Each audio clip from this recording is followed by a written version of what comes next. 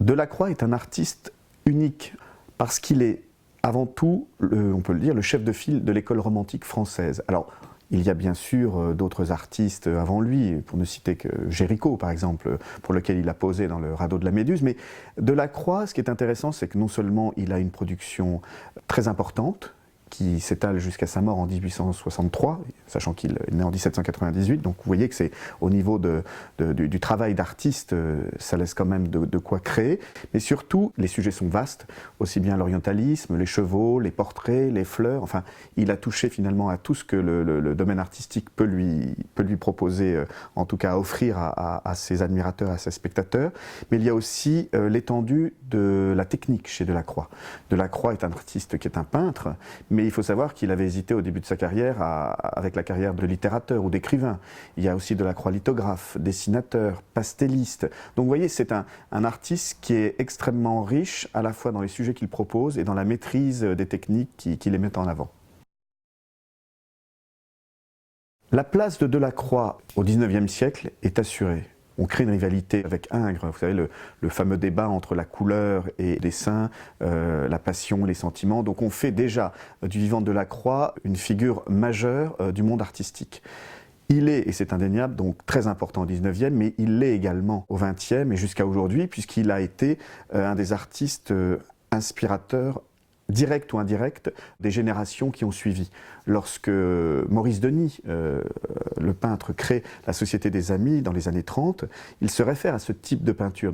Il y a toujours des artistes pour reconnaître le talent et le génie de Delacroix. Et jusqu'à aujourd'hui, on voit que des artistes, pour ne citer que certains qui sont venus rendre hommage à Delacroix, ça peut être des photographes comme Serrano, mais aussi un artiste comme Jean-Michel Ottoniel. Tous ces artistes, même si plastiquement n'ont pas de lien formel avec l'œuvre de Delacroix, ont été marqués à un moment donné, dans leur jeunesse ou à un autre moment, par l'œuvre du maître. C'est très délicat de trouver plastiquement des gens qui feraient du Delacroix, qui s'inspiraient directement de Delacroix. Alors évidemment, on a le biais des pastiches ou des détournements. Il y avait Picasso qui a repris les femmes d'Alger. Donc vous voyez, ce genre d'artiste, ou même quand un Cézanne copiait Delacroix, c'était rendre hommage. Aujourd'hui, c'est plus compliqué, puisqu'il y a, à travers peut-être l'art vidéo, où on remettrait en scène certains tableaux, ou certaines évocations de l'Orient. Ou, voilà, ce sont des hommages, mais qui sont plutôt du registre de quelque chose du sentiment et de l'intime. C'est-à-dire, on sent que les artistes vont se référer à Delacroix à travers les textes qui seront ajoutés à l'explication des œuvres qui seraient présentes, mais de manière presque subtile, presque fantomatique. La première fois que j'ai été en contact direct avec une œuvre de Delacroix, c'était à Nancy, au musée des Beaux-Arts. J'avais 9 ans et c'est la fameuse bataille de Nancy. Mais l'œuvre, si elle m'a marqué parce qu'elle était immense et j'étais petit, et puis qu'on recréait des scènes de bataille propices à plaire à un petit garçon de 9 ans, le véritable choc émotionnel que j'ai pu avoir, c'est à 14 ans, quand je suis arrivé à Paris, que j'ai visité le musée Delacroix, qui m'a d'abord ému par une copie de ce tableau que j'ai pu voir en vrai ensuite au musée du Louvre. Et cette œuvre, c'est La mort du Sardanapale, salon de 1827, qui se trouve dans une des grandes galeries du Louvre, qui est un tableau absolument éblouissant, qui montre cette scène incandescente, rougeoyante, extrêmement moderne, puissante et surtout littéraire, donc, puisque c'est tiré de Lord Byron, et qui montre bien les liens très puissants finalement entre Delacroix et la littérature. Voilà pour moi l'œuvre qui m'a marqué et qui continue d'ailleurs à me provoquer toujours beaucoup d'émotions quand je passe au Louvre.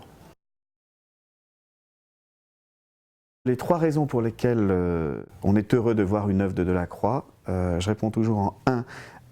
Réjouissez-vous car vous avez encore la faculté de voir, c'est-à-dire que le fonctionnement de vos 2 yeux est en parfait état, du moins je l'espère. La deuxième, c'est que vous avez la chance de découvrir l'univers d'un artiste qui a créé au 19e des choses qui sont encore d'actualité aujourd'hui.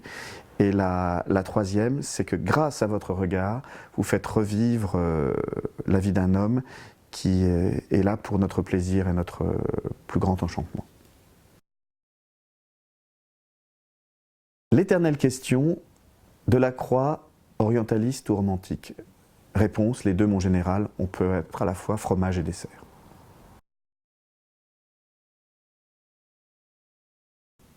Delacroix et l'aquarelle, oui, Mais à ce moment-là, Delacroix et la lithographie, Delacroix et le fusain, Delacroix et le pastel, Delacroix et la peinture à l'huile, Delacroix et la peinture sur bois, Delacroix et la peinture sur toile, bref, surtout Delacroix.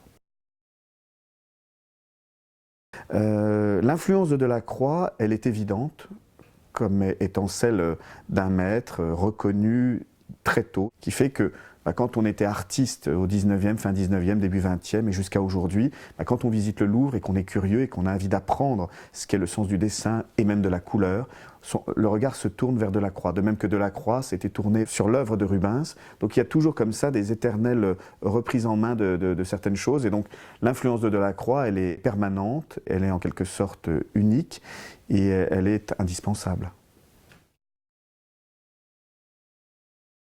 Je serais assez amusé, si j'avais la chance de rencontrer Delacroix aujourd'hui, de lui poser la question concernant le prix record chez Christie's sur la vente d'un Picasso, les fameuses femmes d'Alger, donc tableau inspiré directement du chef-d'œuvre de Delacroix.